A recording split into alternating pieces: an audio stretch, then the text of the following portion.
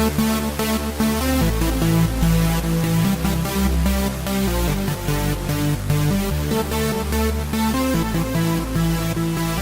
in again, ladies and gentlemen, to another episode of the R&D Sports Report. My name's Dishmond, and I'm joined by my good friend here, Rylee. Rylee, how are we doing this evening? I'm doing pretty good, man. All right, so we have quite a bit to talk about and a lot to review from this past week, and a lot happened, and a lot went on in this last weekend here. But I think, obviously, the place would be to start would be to go to the men's and women's games that happened. The Final Four games, the women's on Friday and the men's on Saturday. And then you have the women's championship on Sunday, the men's on Monday. So which side do you want to start with, Rylee, the men or the women? Let's go with the women. All right. We starting here with the women, you had U of L versus Mississippi State, and you had UConn versus Notre Dame. Now, we had talked and we felt that the Mississippi State game between Mississippi State and Louisville would be closer than the UConn Notre Dame game, right? But little did we know that we are going to get both games extremely close. And so, both games really close, both games really good games, and I think it also shows also somewhat of what the men's game is lacking too when it comes to the quarters, the resetting of the fouls, some of those rules that the women's game have in place that the men's game does not, and helps to add to the game in a different way. But let's start with the U of L Mississippi State game because that was the first game of the night. What are your thoughts there on that game? I felt like they were in it. I felt like U of L was doing a great job. I felt like they kind of gave up. I feel in the second half, or what is it, quarters? Is it quarters? Well, I mean, I can't remember. Second half would be the third and fourth quarter. So you're still accurate right, with the second half, right. Yes. Still, I felt like they didn't really come out in the second half, and I felt that U of L just kind of gave up. I mean, they were shooting fine. Asia Dura, always, did well. I just felt like they kind of gave up in the second half and just didn't really care. Well, I think it was maybe not so much they gave up that they were worn down. Yeah, right? Yeah. Because, for Mississippi State, having, someone who's 6'7" is really beneficial for you when you're, especially in the women's game, because, a lot of women that are playing center aren't 6'7". Yeah. So, most women she's going to be guarded by are 2, 3, 4 inches shorter than she is. So she has that advantage there. So it definitely something that was interesting. I will say the first half of the game, right, it was kind of neck and neck, but Mississippi State led at halftime, and I thought, well, that might do U of L and Mississippi State's up at half. That might be a little bit much for U of L to be able to overcome, but they kept battling back, and it got down to the end. I thought, U of L might actually be able to win this game. And, there at the end, the foul that wasn't given on that layup, I did think it was a foul. There was a lot of body contact there. Yeah. But at the same time, I can understand where you wouldn't make the call, to decide the game. But it was almost like, it was just almost a little too much body contact to not call. Yeah. I kind of had mixed feelings the whole game, to be honest with you. I had a lot of mixed feelings, to be honest, because I was, of course, happy. U of L's doing great, but I was also scared because Mississippi kept coming back, hitting constantly, and I was, and like you said earlier, that 6'7" woman, that how do you compete against that? That's something that's difficult, and especially down low, because you're not able to go into the paint. Well, and when you saw U of L do their best, to guard her, and you bring the double team, but you got to bring it at the right time, and that last play, Jeff Walls is sitting there, screaming to foul because U of L is up 3, and they don't give the foul to put them at the line. And some people I've heard say, well, with the girl being 6'7", she could get the putback, and then they would be able to tie. You make the first free throw, but those odds are a lot hard. Those odds aren't really there for you. So,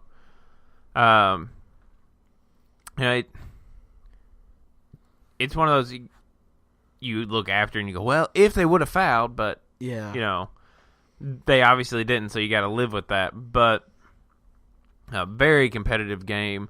And another stat that I saw, and I don't know if you happen to see this, Rylee, that in really the 3 major sports this year when you talk, you have football, men's basketball, and women's basketball. Mississippi State ended U of L season all of those times with a loss. Wow. They beat them in the bowl game. Yeah. They beat them in the NIT, and then the women beat U of L, and I was like, wow, that to have your 3 major sports ended by one university, what did you do? Yeah, that's an interesting fact, and as a U of L fan, I just look at it as really.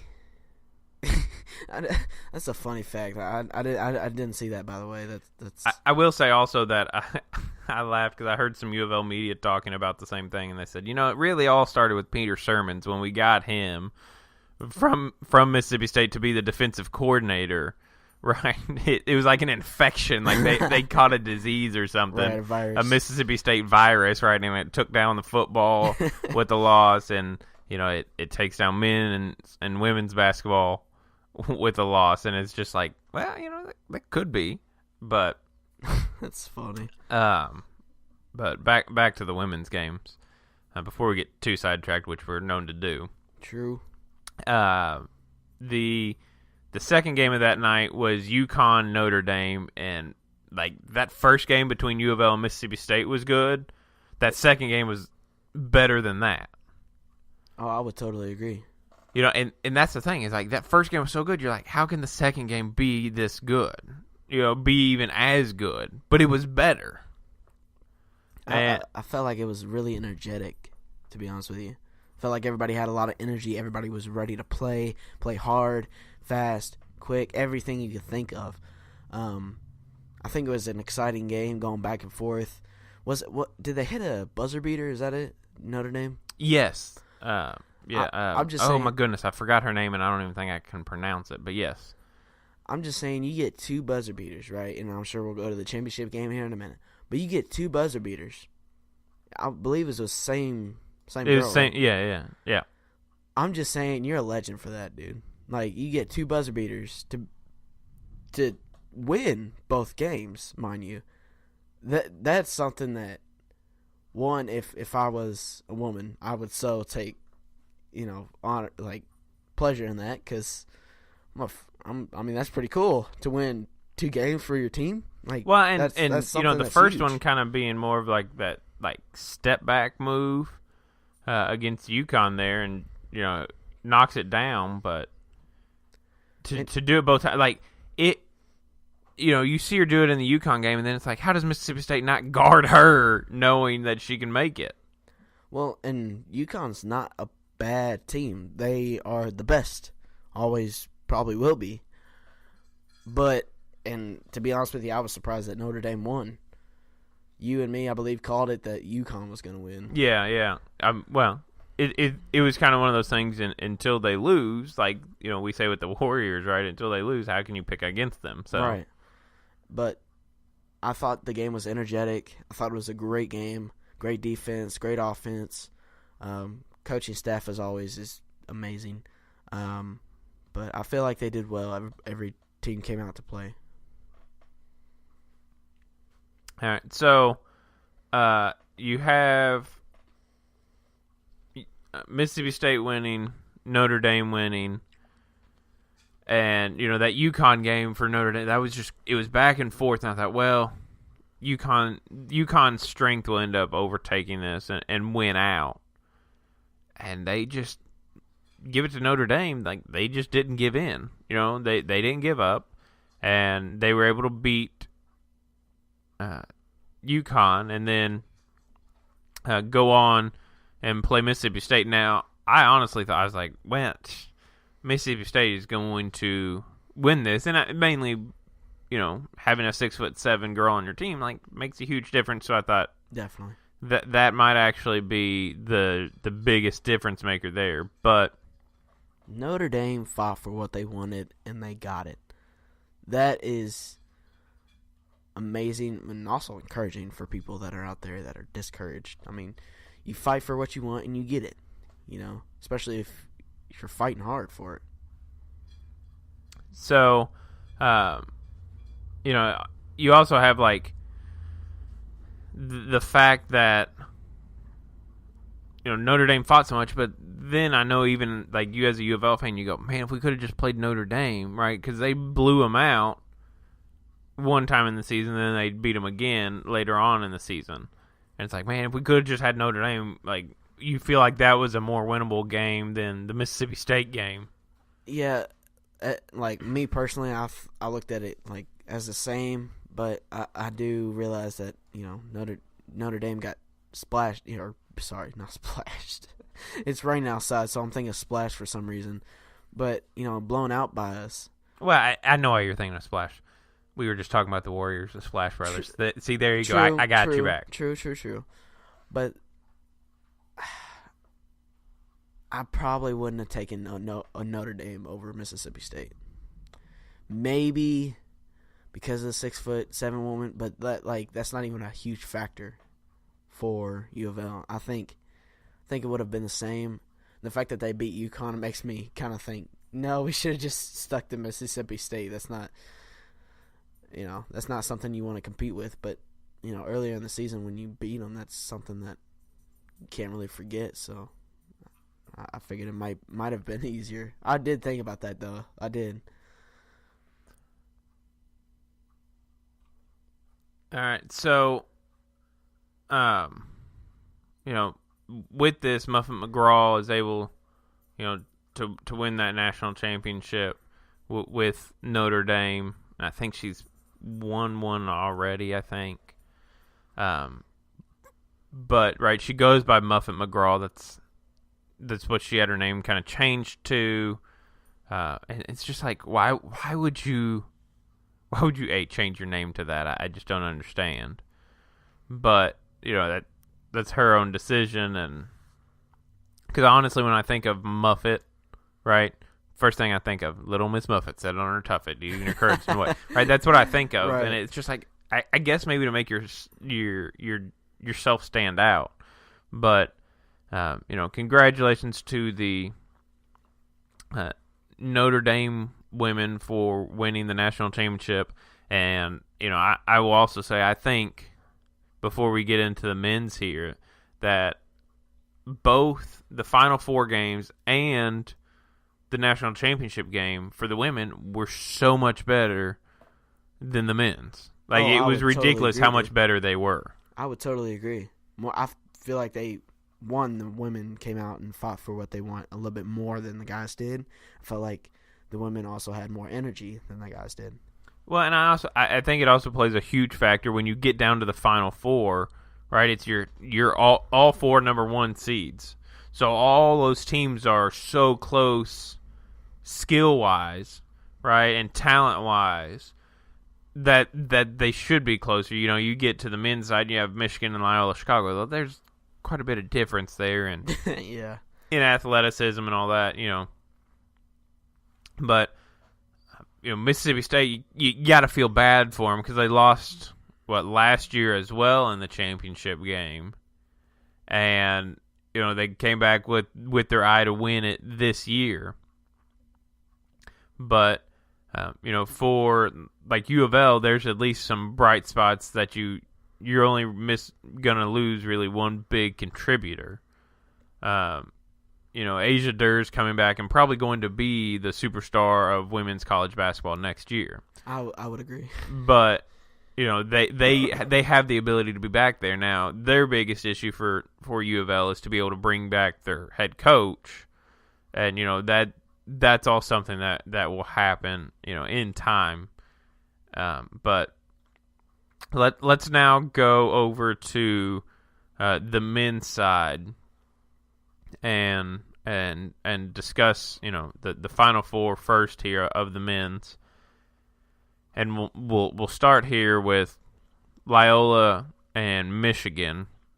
Right, obviously Loyola being the Cinderella team going into the Final Four weekend. Everybody's rooting, but I will say this at the beginning, and I'm really honestly kind of glad that they lost in the Final Four, Loyola, because I was burnt out on Sister Jean. Really? Well, it was Sister Jean is bae, bro. Well, but see, the thing for me for Sister Jean is it was just like the media just drug it into the ground, and they just kept hitting on it because there was really no other story, right?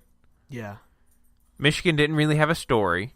It's not like they were just hot throughout the entire tournament, because they had really one really good game against Texas A&M. Yeah. Nova was expected to be in the Final Four, and Kansas. The other teams just didn't have a story, So obviously Loyola's the Cinderella. They've got Sister Jean there, and they made a huge thing out of that's Sister the problem Jean. is they made such a big deal out of it, and they kept just going on and on and on. It was got just annoying. It was fatiguing. Right. Sister Jean as a person, I love that story the first time I heard it. But after the 30th time of hearing it, it's like, go away. I'm done with it, because you told me about it in the first round, then the second round, then I hear about it again in the Sweet 16 some more, then I hear about it in the Elite 8, and then going into the Final Four. It was so overwhelming that you just want to be like, shut. And it was nothing, she did nothing Loyola Chicago did. No, it was all media. What CBS and TBS, that whole entity there for March Madness that they were doing in regards to talking about her, talking with her, and this and that. And it was just fatiguing. I wonder if she liked the fame or she didn't. That's one thing I always wondered. Did she like it, having all those people ask her questions, always getting around her, or did she hate it and was hating being the center of attention? Well, but also think of this: she was the center of attention for that entire basketball team. It wasn't any of the players; it was her, right? And I know the players said they were fine with it and all that, but it's just really, you're kind of stealing my fame now. You're stealing my spotlight. I'm the one who's out here winning these games. All she said, what? All she said was something about. Didn't she prey on him or something like that? I think so, and then she picked them to the Sweet 16, in her bracket and all that, and it was just that's a great story, but I'm now tired of it because you've just ran it into the ground for me. So exactly. Now, thank you for that. Now for running it into the ground. Right. For me. Now that you see just Sister Jean, it's no, not her again. Now, I don't have a problem with Sister Jean. I don't have a problem with her personally, but it was the whole story. Yeah. Right, I understand. But I think between media, Twitter, all those places, and even as you said, CBS and TBS, you're running it into the ground. You're ruining a person for me. Shut up. I've heard it enough. Thank God. Stop. Well, and that's what you hate is it, and it's not just Sister Jean, right? Some good story comes out, and it gets burned up all over. It's like a piece of paper. Because of social media nowadays, and because of the way you want to get clicks and this and that. The media, if they find a story, they run with it, and they run with it hard until you are fatigued, of it. it was just like, I think it was one of those things, like they found this good story because, normally bad stories sell over good stories. Violence sells over something good that happens in the world.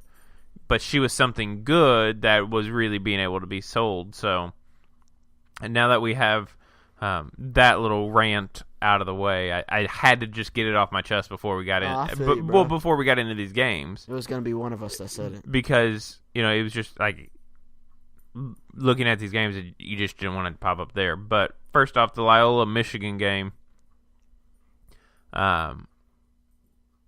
watching that game and Loyola being up at half, I was like, oh man, like Michigan may really be in trouble here. And I was like, Loyola hasn't lost a game when they've been up at half. They're undefeated. But then I think it was Duncan Robinson from Michigan, right? He scores, he gets 6 points. Then they flash up a graphic, right? That Michigan is 28-0 on the season, and he has 6 or more points. And I thought at that point, I was like, Michigan's going to win this one.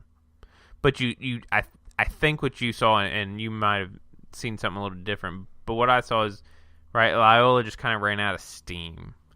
They seemed to get fatigued. The athleticism and size of Michigan ended up taking over, wearing them down, right? Loyola there toward the end, even within the last 10 minutes of the game especially, they weren't playing how they had played all tournament long, and you could see it was almost more fatigue, right? Michigan's defense was switching, was moving, transitioning, and help defense, and this and then they kept turning the ball over, Loyola did, and it was like you almost felt bad for them because they just weren't playing their game, and you could see the end coming for them. Right, it was like a David-Goliath kind of situation, but this time David got wrecked.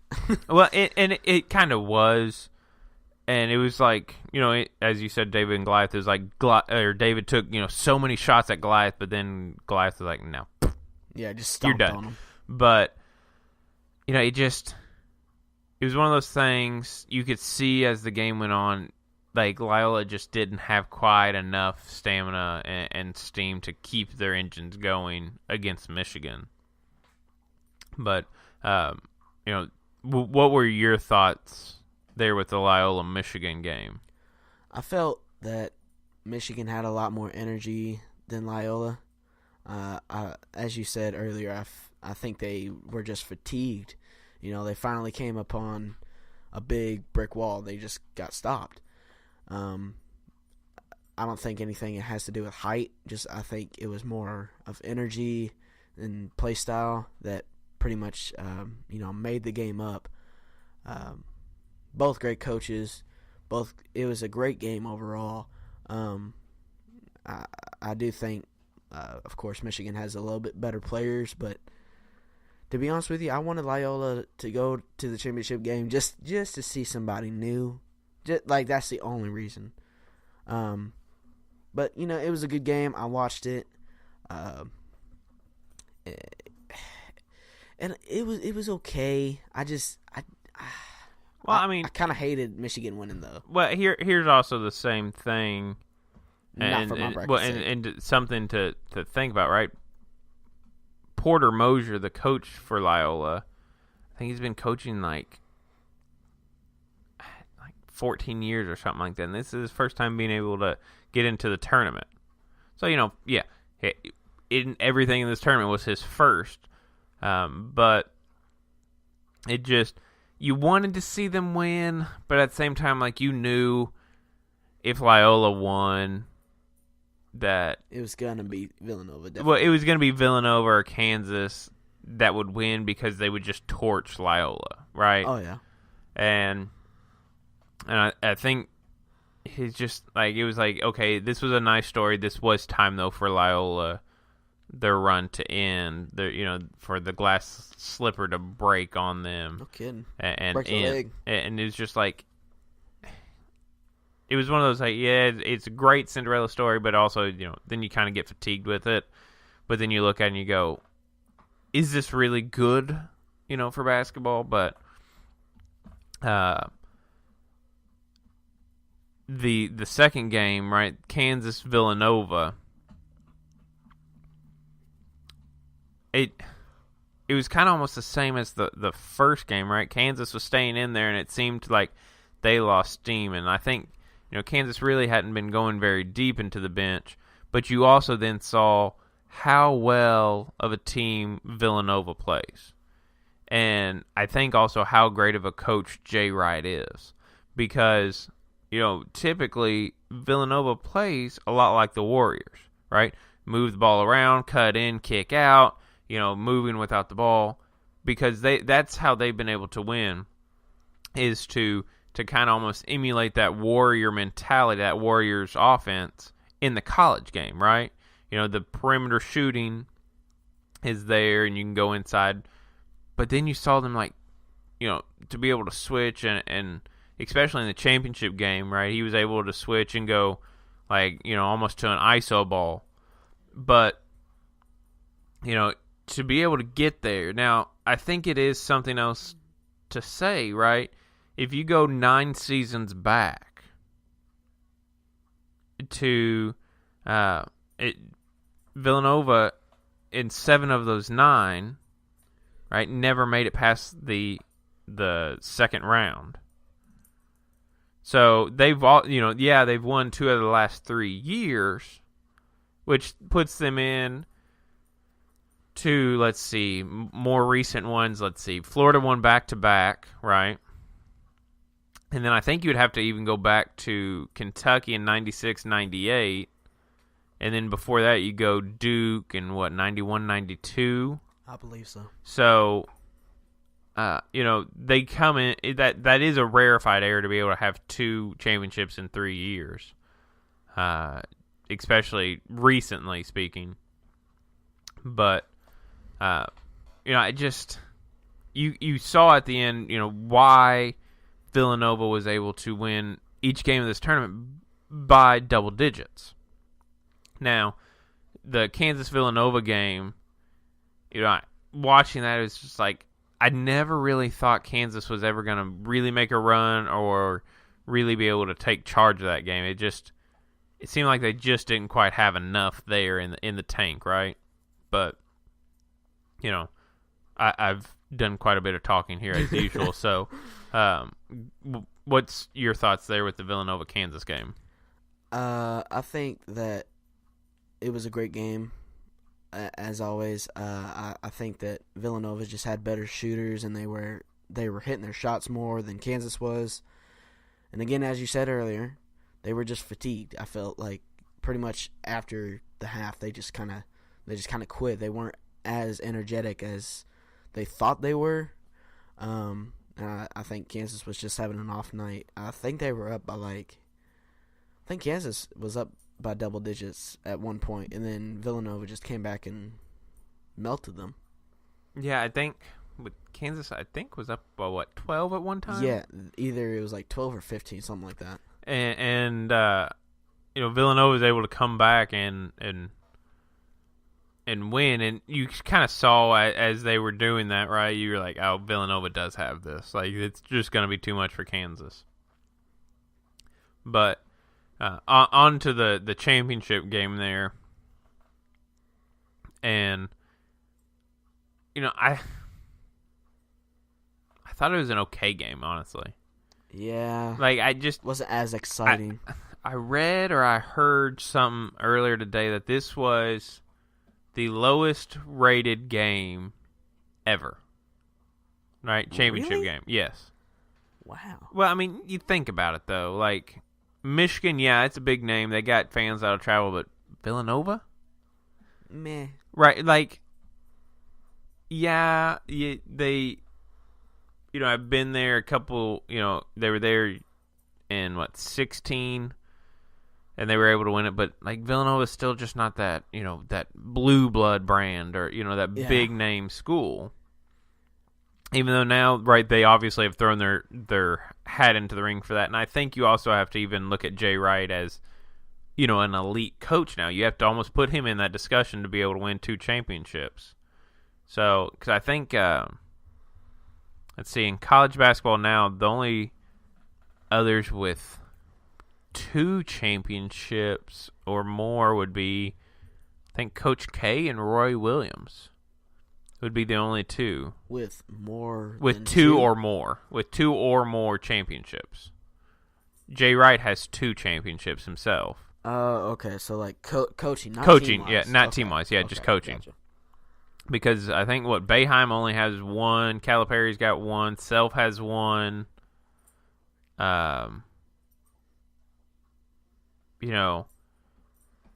Patino now has 1, Tubby Smith has 1, I'm trying to think, Tom Izzo, I think he's got 1 as well.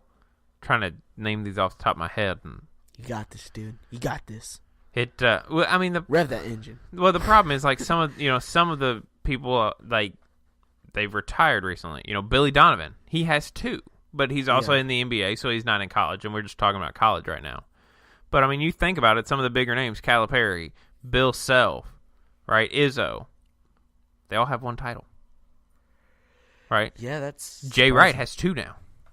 So, like, you have to put him in that conversation, right, of elite coaches.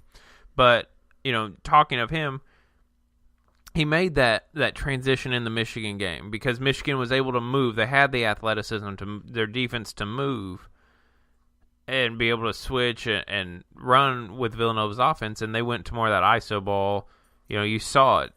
DiVincenzo was just pulling up from 3, which, by the way, 31 points off the bench, like, you might as well just give up at that point, right? If you're going to give up 31 points to some dude off the bench. Yeah, no kidding. He definitely came out with some energy. A couple people also commented, like LeBron and I believe even Kobe as well, commented on how well he did off the bench. Well, and he's a guy who redshirted, right? Villanova's got guys who voluntarily redshirted and set out a year and then came back to play, and that's just something you don't see. And it, Jay Wright's got the talent, but it's not talent that's almost, the one-and-done players, right? Yeah. But he's built it in such a way that he's able to, kind of roll that talent over and over on each other. But at the same time, like, you have to look, those, 7 out of 9 years, not making it past the second round, like, he's taking his lumps also in the tournament. And that's, 2016, you get to the point where nobody thinks that Villanova can actually win it because, right, Villanova's known for, making an early exit in the tournament. Yeah. So when they win it, like, they get a little more respect, but then they come back and do the same thing over. Right. I was watching the game, and, I was sitting there watching it, and yeah, it was exciting, but I felt it was kind of stale. You know what I mean? Like, yeah, I agree. And I think that's also why, like, I'm not going to say that the game was so lowly rated because of, something like a Monday Night Raw going on. But I think the timing of everything, right, also kind of hurt the ratings because not only was it Michigan, Villanova, so, like, Michigan wasn't as big. Well, I was gonna say Villanova being in there is not a huge name. You put a Kansas or a Duke in there, it probably gets a little bit more of a bump. Yeah, a little bit, but probably still not huge. But at the same time, with Major League Baseball starting back, you've got WrestleMania coming up this week, which you and I are both excited for. Oh, totally. Dude. And so everybody's might be watching Raw and SmackDown, to figure out what's going to happen on those 2 shows right before WrestleMania. Is anything going to develop? Because that's when, the casual fans kind of start tuning in, figure out what's up. And so I think that those things, Major League Baseball, NBA still going on. They're winding down, it's the playoff hunt.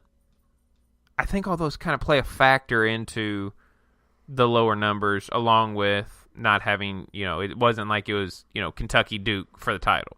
Yeah. You know what I'm saying? Like, so, even, Virginia, Villanova, whatever it, would have been, you could have had a different scenario where you would have had more, higher profile team, so to speak. But, congrats to Villanova, congrats to Notre Dame on winning their respective championships. And I think, honestly, even going back to the women for a second, like, I think this shows, right, the transition that women's basketball is in. and becoming more mainstream, so to speak. Right. And, They're getting showing a little that bit they more hype. do what? I said they're getting a little bit more hype. Well, they are, and those games I think also help them.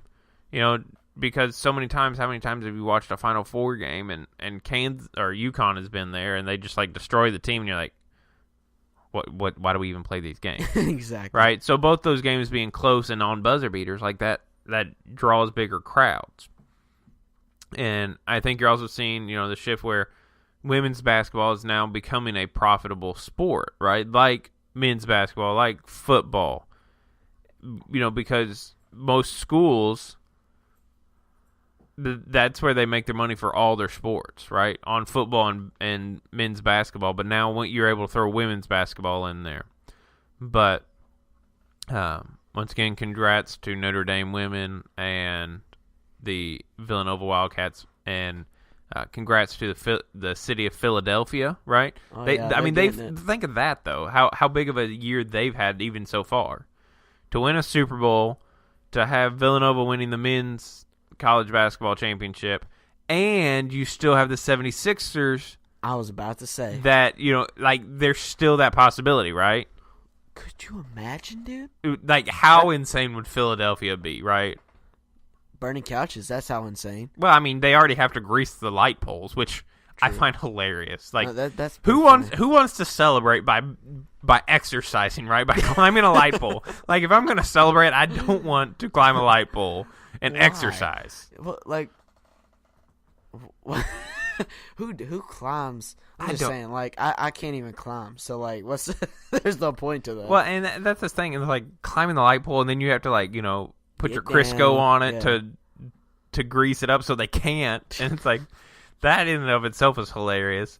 But, you have that, and you have people just burning random things. I've never understood the whole couch burning stuff and all that. Like, maybe I just don't get it.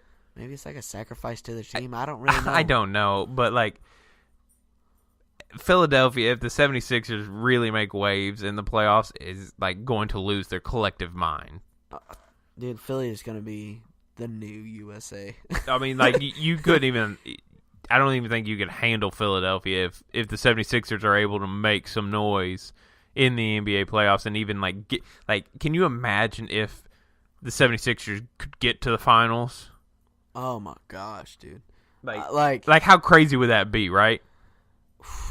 I want to imagine it, but I really don't, because... I mean, they'd be greasing the poles all the time. No kidding.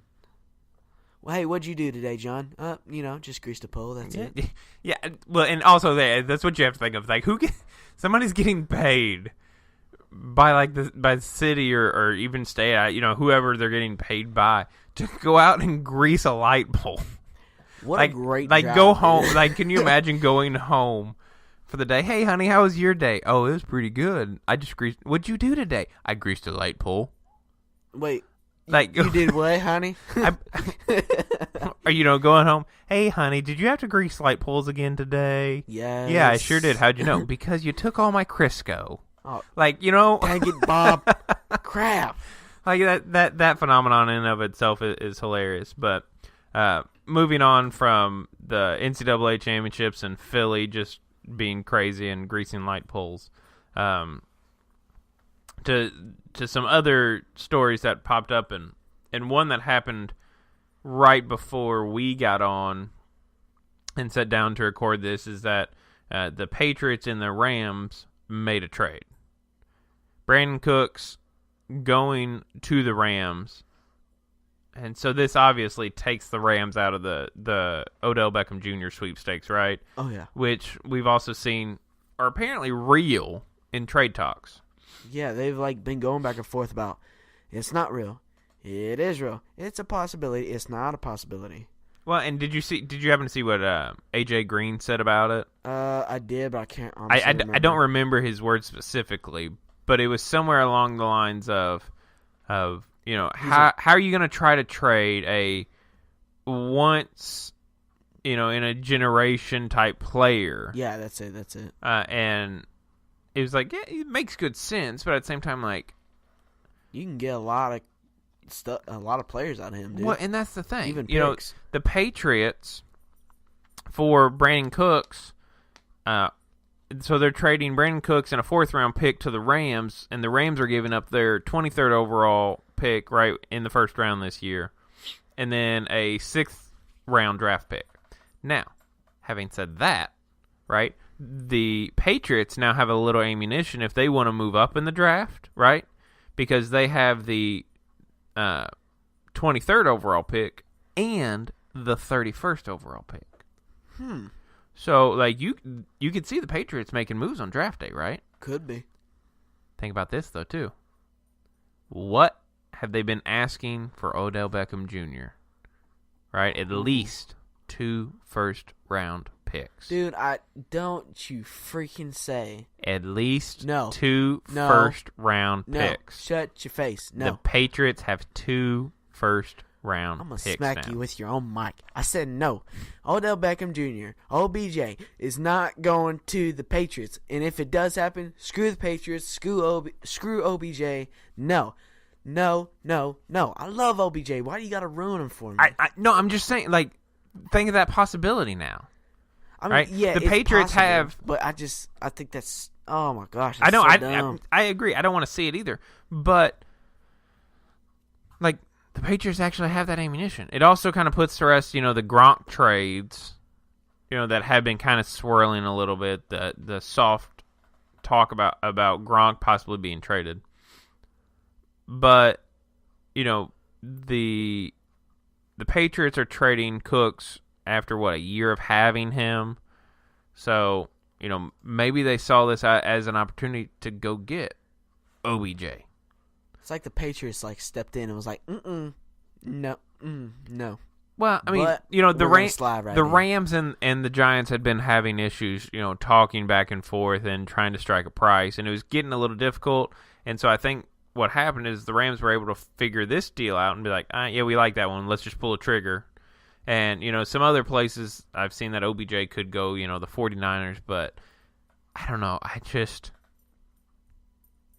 can't get the thought of him going to the Patriots out of my mind because it's something that the Patriots would do. I'm just saying, I believe... It's something that Bill Belichick would be crazy enough to have orchestrated. Oh, yeah. To be able to get... so you could throw 2 first-rounders in and maybe that 6th-rounder that they just got, right? So they could flip this pick. Could. Or they could use those 2 picks now to move up earlier in the draft and draft somebody they really want, right? But you are talking about the Patriots, bro. Yeah. Well, and the problem is they have so many options now because they have 2 first-round picks this year. Yeah, it's you got the Giants. They want 2 first-round picks. That's fine. But the Giants are going to know. They're talking to the Patriots. They've been at 3 Super Bowls in the past 3 years? So, you're talking to the Patriots. You're going to get what you want.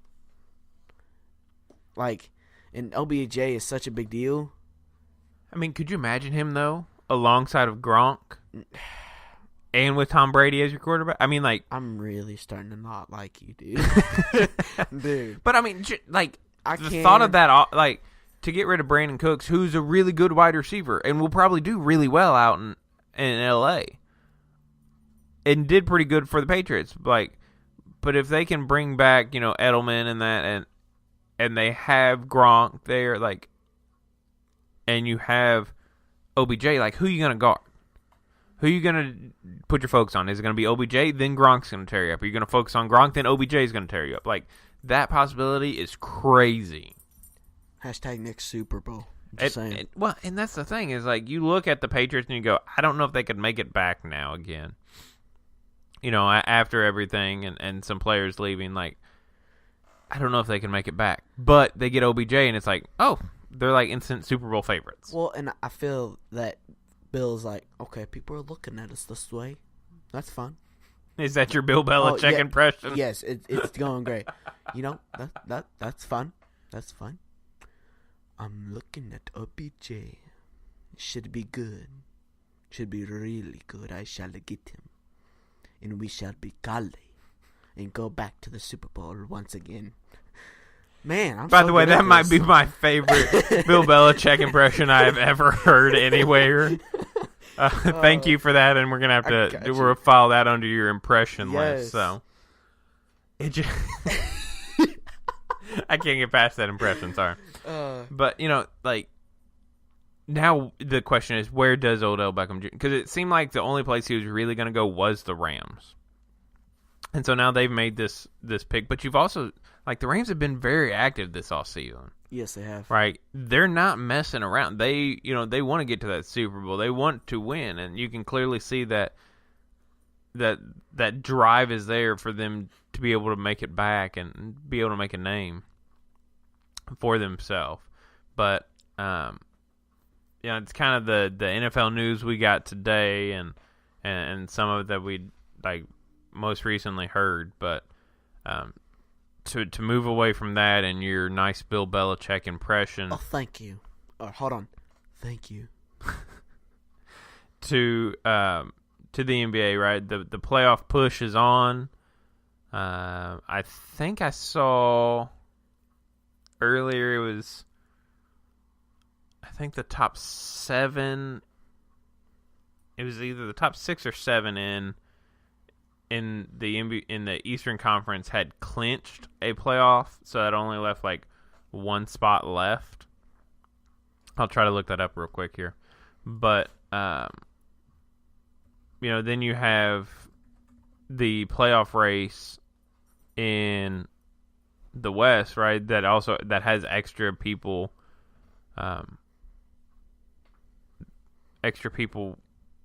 in that race, because in the East it was the only other team that could win or could get in was the Pistons at the number 9 spot.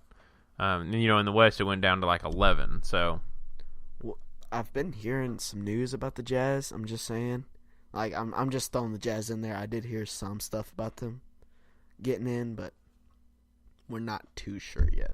All right. So speaking of the playoff push, this in the current, if it ended today, the matchups for the Eastern Conference would be Toronto, Milwaukee, and the Raptors in the season series so far, they have a 2-1 lead. Then you have the Boston Celtics and the Miami Heat, with the Heat leading that season series 2-1.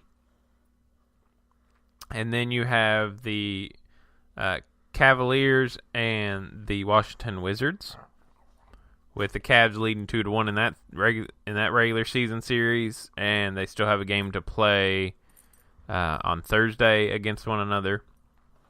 And then you have Philadelphia, Indiana. So that rounds out the Eastern side now.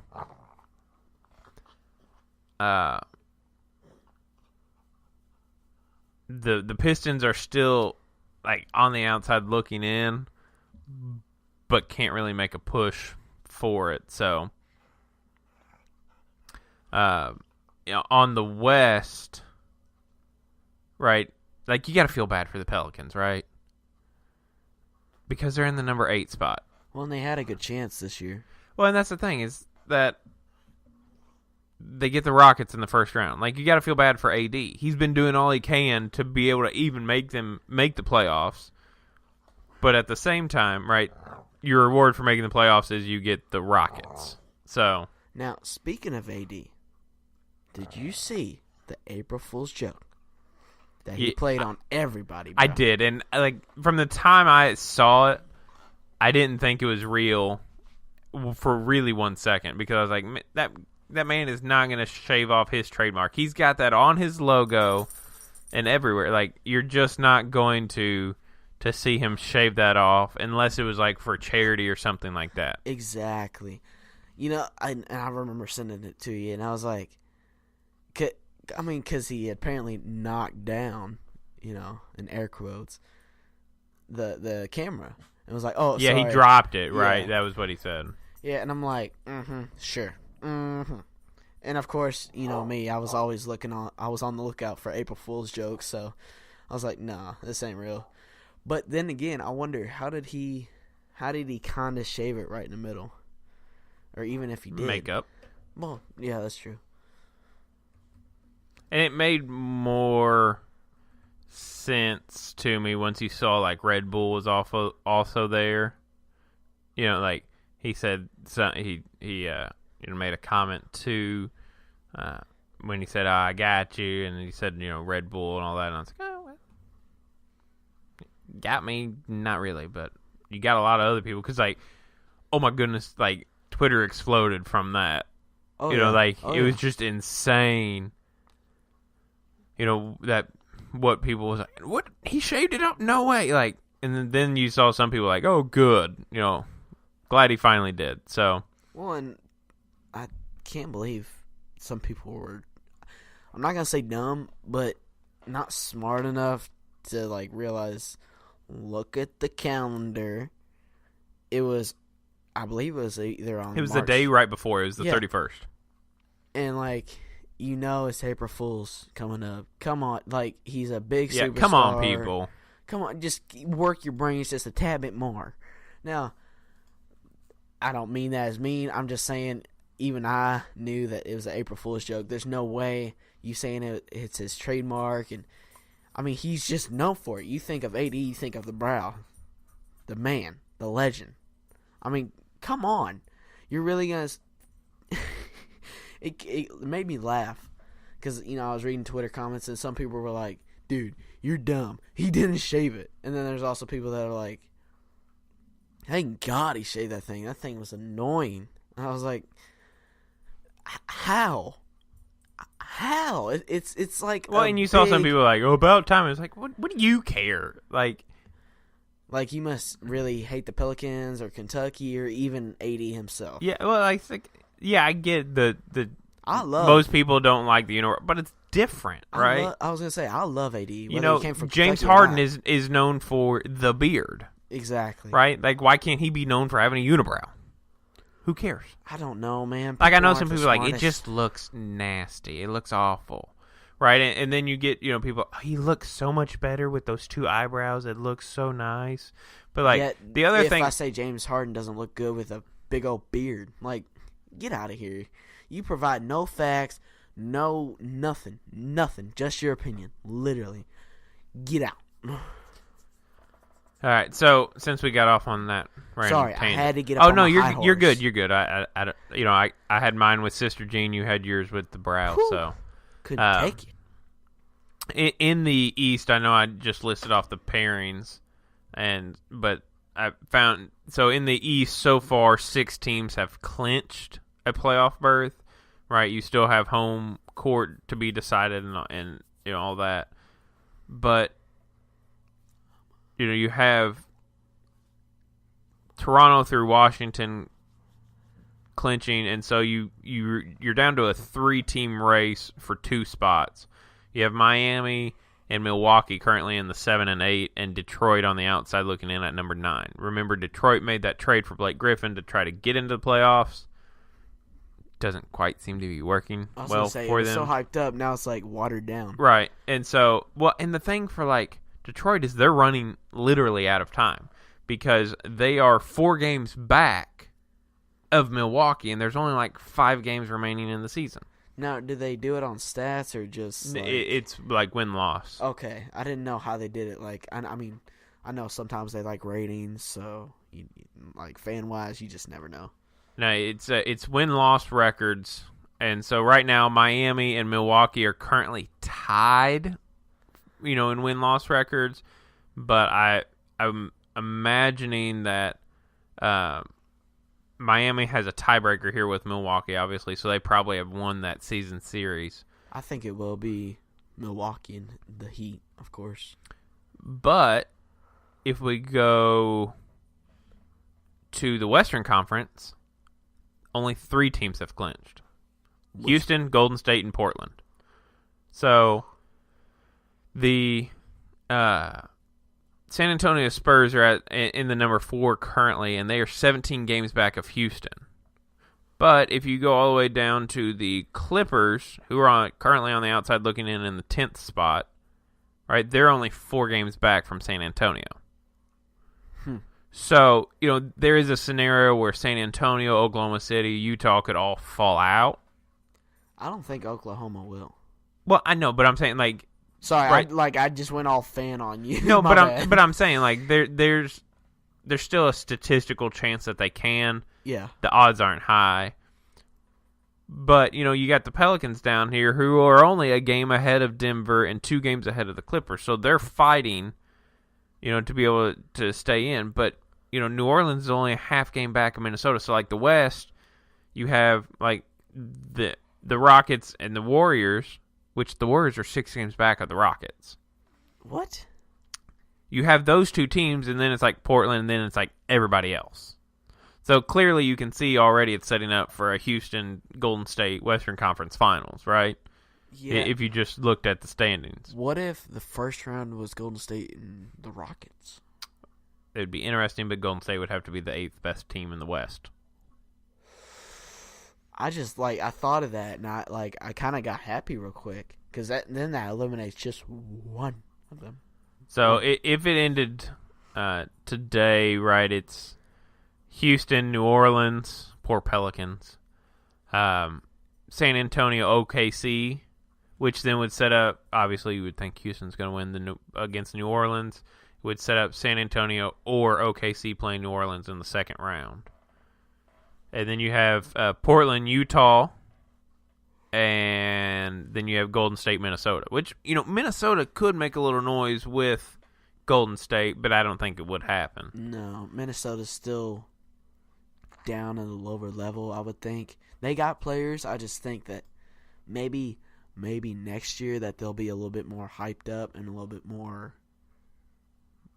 recognized, I guess you could say. Yeah. Here's also my other thought here on this playoff push, going back to the East and to the Cavs. So think of this. The Cavs are currently in the 3rd spot, right?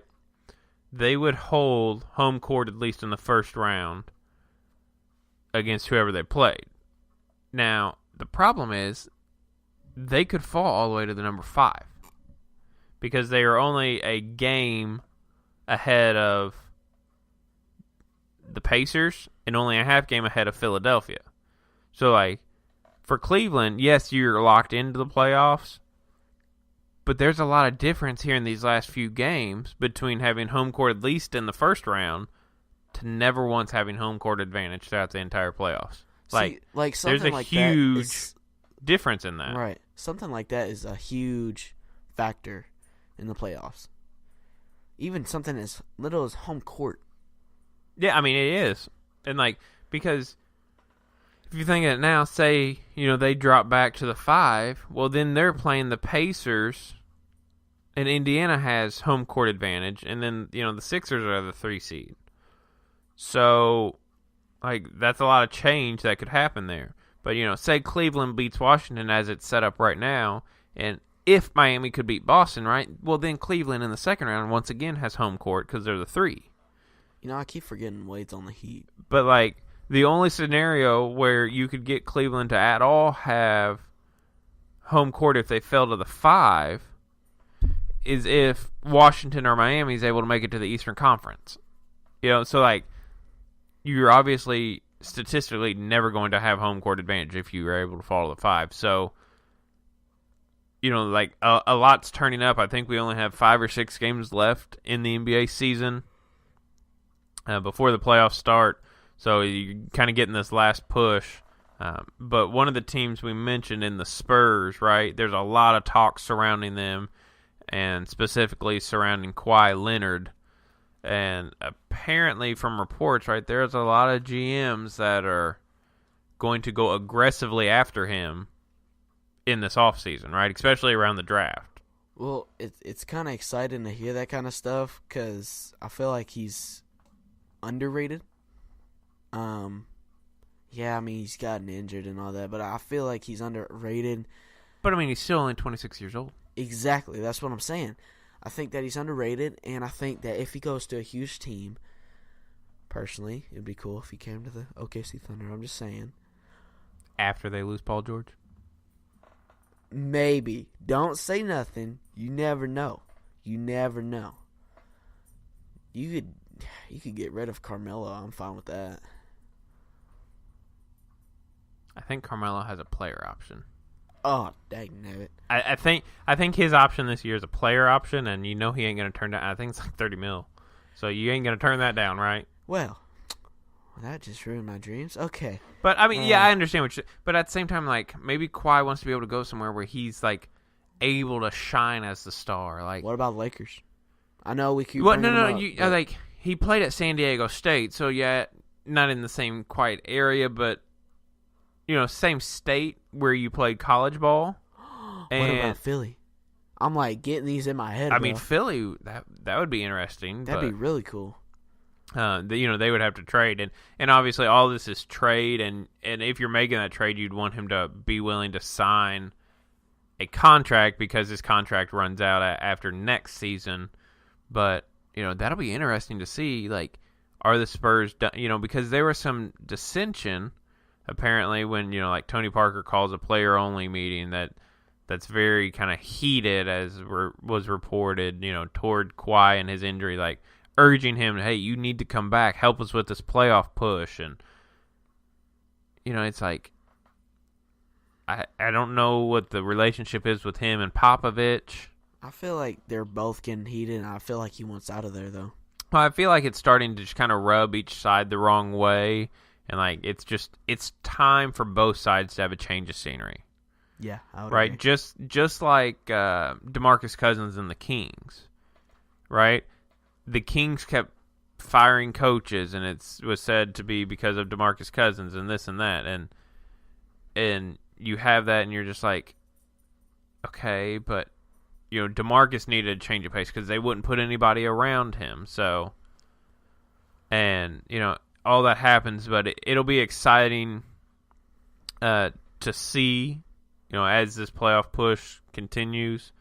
But as the playoff push continues, right, we also continue our push to grow, right, to get the reviews and, to get people interacting with us. So if you want to interact with us, you can follow us on Twitter at R&D Sports Report. And then if you go to Facebook, it's facebook.com/RD Sports Report. And you can interact with us on either one of those social media. You can find us on iTunes, Stitcher, iHeart, a lot of different places, Spreaker, and any of those. Make sure you go and subscribe. Go to iTunes, go subscribe, hit the 5-star, because obviously that's a very fair rating for us. Oh, definitely. And just hit the 5-star, because anything less would just be rude. Leave us a review while you're there, and just keep joining us back. You hit that subscribe button every time we drop a new one, right? It's automatically there. You don't even have to think about coming back to us. So and also, you can come back and see my impersonations. Yeah, you can. You keep coming back. We'll get Rylee to work on his impersonation skills, and we'll keep displaying new ones as he gets them. But be sure to share this with your friends. Go on Twitter, retweet it, go on Facebook and share it with your friends. Help us to grow, because as we grow, it only will help you, because we'll push for sponsors that will only be able to benefit you, our loyal and faithful listeners. And with all that, we'll wrap it up for another episode of the R&D Sports Report.